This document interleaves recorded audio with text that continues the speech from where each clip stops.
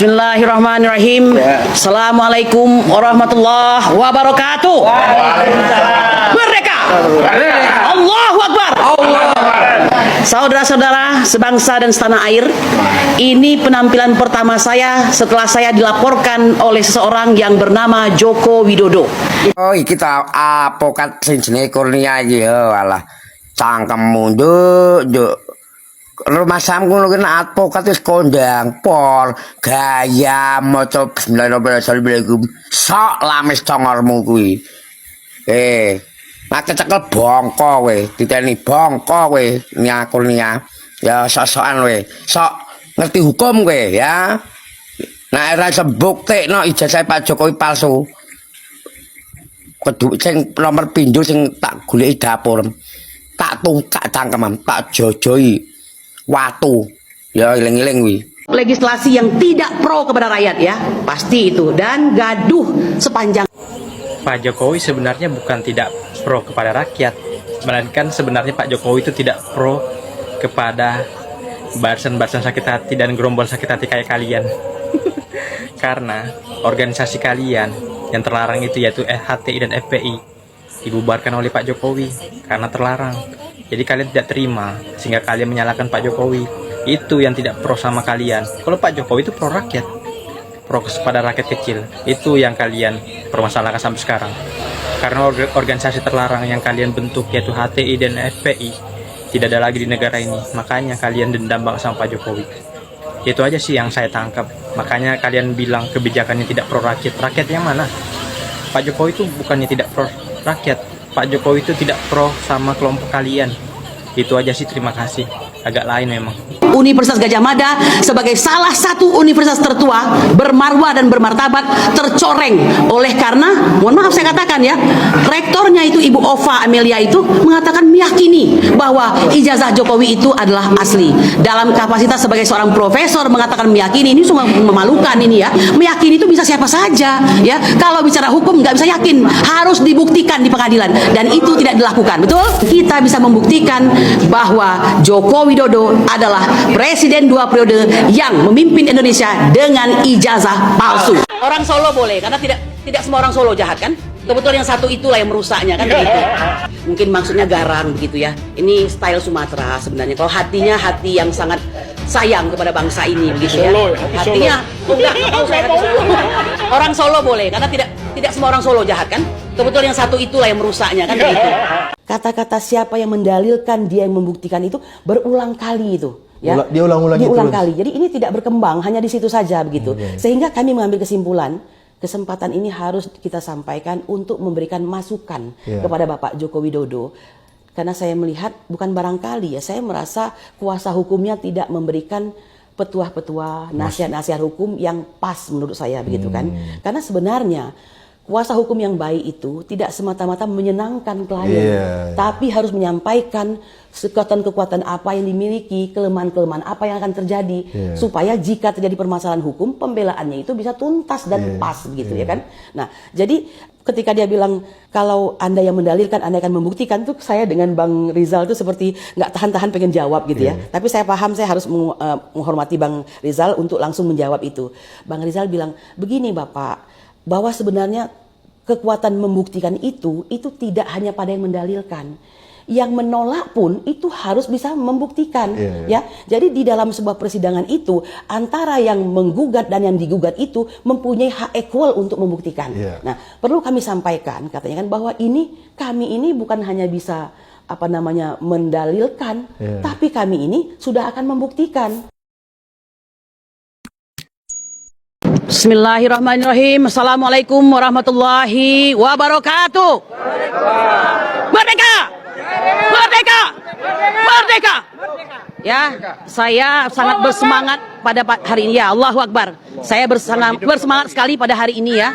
Karena menurut saya arena mediasi itu selain memang untuk bermediasi, juga bisa melihat tipikal dan karakter daripada masing-masing pengacara.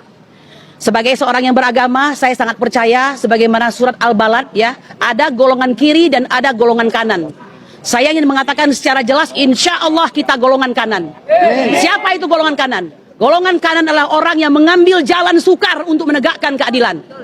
Ya, saya ingin mengatakan pengacara-pengacara pihak lawan dalam hal ini ya, para tergugat baik 1 sampai dengan 8 itu mengambil jalan solus oligarki and the gang suprema lex exto.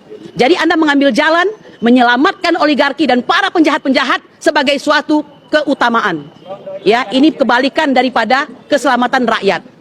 Saya ingin mengatakan ya, PSN yang berjumlah 233 bernilai 6.246,7 triliun itu ada di seluruh Indonesia itu, yang memberikan demikian itu adalah Joko Widodo. Joko Widodo tidak bersikap sebagai seorang sultan sebagaimana Hamengkubuwono X bersikap sebagai sultan dalam penerapan ya PSN Bawen Yogyakarta. Ya, pembangunan Bawen Yogyakarta ini sempat tersendat.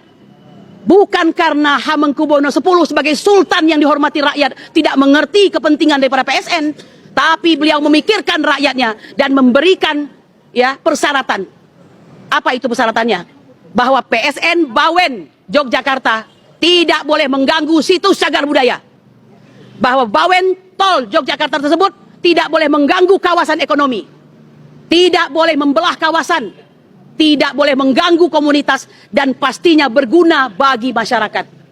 Apakah hal tersebut ada dalam pertimbangan-pertimbangan Jokowi sebagai tergugat 5 dalam menerapkan PSN tersebut? Tidak ada, ya. Kami ini langganan menggugat beliau.